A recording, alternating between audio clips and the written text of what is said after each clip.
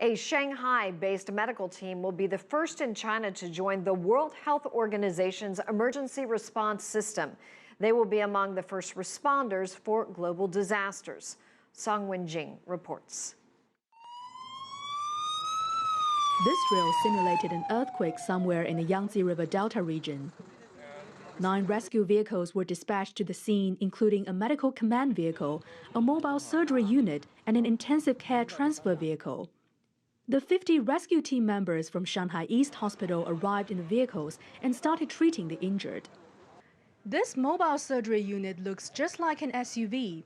With a load capacity of 1.5 tons, it can go underwater up to a depth of 1.5 meters and even drive on slopes up to 45 degrees.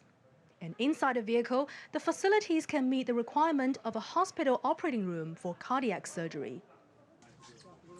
A mobile hospital with 100 beds was also set up. Doctors were able to carry out 2 wound surgeries at the same time inside. A medical helicopter landed and demonstrated air rescues and transfers. The drill was evaluated by WHO officials. Over the past 3 months, the officials also looked at the team's rescue equipment and quality of medical staff.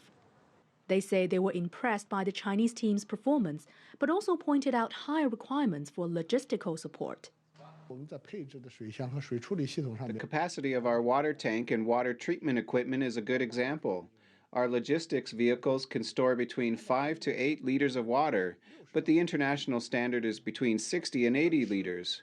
When it comes to food, we also need to abide by the international standard based on calories and nutrition, instead of simply having some pilot biscuit. The Shanghai team consists of 35 doctors and nurses and 15 logistical personnel. They can treat about 100 people a day. To meet international standards, more members will be recruited so that it can treat with 200 people per day. For now, a Chinese medical team needs government approval to go to disaster-hit areas in other countries. During the earthquake in Nepal in April 2015, medical staff from different hospitals were arranged to visit quick-hit areas. Once included in the WHO network, the rescue team will be dispatched directly by the World Association for Emergency and Disaster Medicine, which means quicker response. The process will go beyond international relations and government approval. What's more, it's a professional team with training arranged on normal days. For some disasters, the first 72 hours is very important. For 5 disasters, the first hour could mean the difference between life and death.